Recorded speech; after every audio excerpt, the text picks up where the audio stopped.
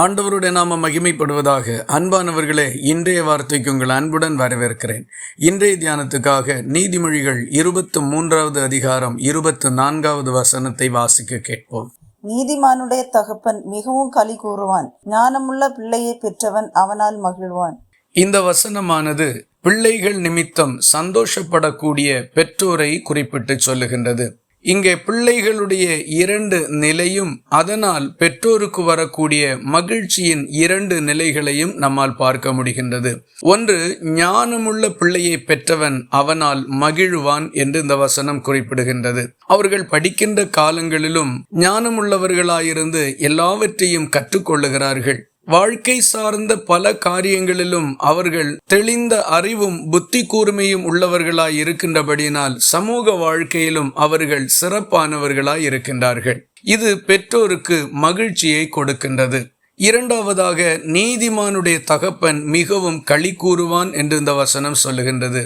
அவர்கள் பெரியவர்களாகின்ற போது நீதிமான்களாக வாழுகின்றார்கள். தன்னுடைய பிள்ளை ஒரு நீதிமானாய் இருப்பது அவனுடைய தகப்பனுக்கு மிகப்பெரிய களி கூறுதலை கொடுக்கின்றது. பிறருக்கு முன்பாக நற்சாட்சி உள்ளவனாகவும் பிறருக்கு நன்மை செய்கிறவனாகவும் கனம் பெற்றவனாகவும் தன்னுடைய பிள்ளை இருக்கிறதை பார்க்க ஒரு தகப்பன் மிகுந்த மகிழ்ச்சி அடைகின்றான்.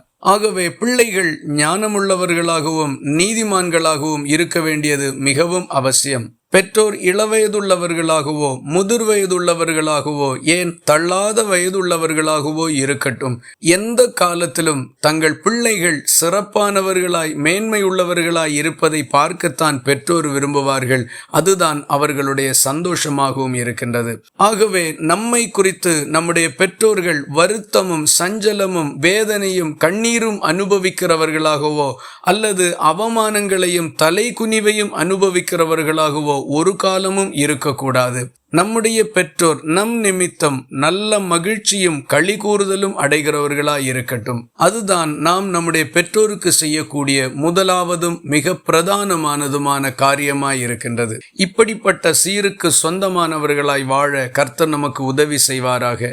இந்த வார்த்தைகள் இந்த நாள் முழுவதும் உங்களுக்கு ஒரு ஆசீர்வாதமாய் இருப்பதாக. ஜெபிக்கலாமா? எங்களை நேசிக்கிற அன்பு நிறைந்த நல்ல ஆண்டவரே, நாங்கள் உம்மை நன்றியோடு துதிக்கிறோம். நாங்கள் ஒவ்வொருவரும் ஞானமுள்ளவர்களாகவும் நீதிமான்களாகவும் நடந்து கொண்டு எங்கள் பெற்றோருக்கு மகிழ்ச்சியும் களி கூறுதலும் உண்டாக்குகிறவர்களாய் வாழ நீர் உதவி செய்யும்படி எங்களை ஒப்புக் கொடுக்கிறோம். பிழை இருக்குமானால், குறை இருக்குமானால் அவைகளை திருத்திக் கொள்ள எங்களுக்கு உதவி செய்தருளும். ஜெபத்தை கேட்டதற்காக ஸ்தோத்திரம். இயேசு கிறிஸ்து மூலம் வேண்டிக் கொள்கிறோம் எங்கள் அன்புள்ள நல்ல பிதாவே, ஆமீன். கர்த்தர் தாமே உங்களை ஆசீர்வதிப்பாராக.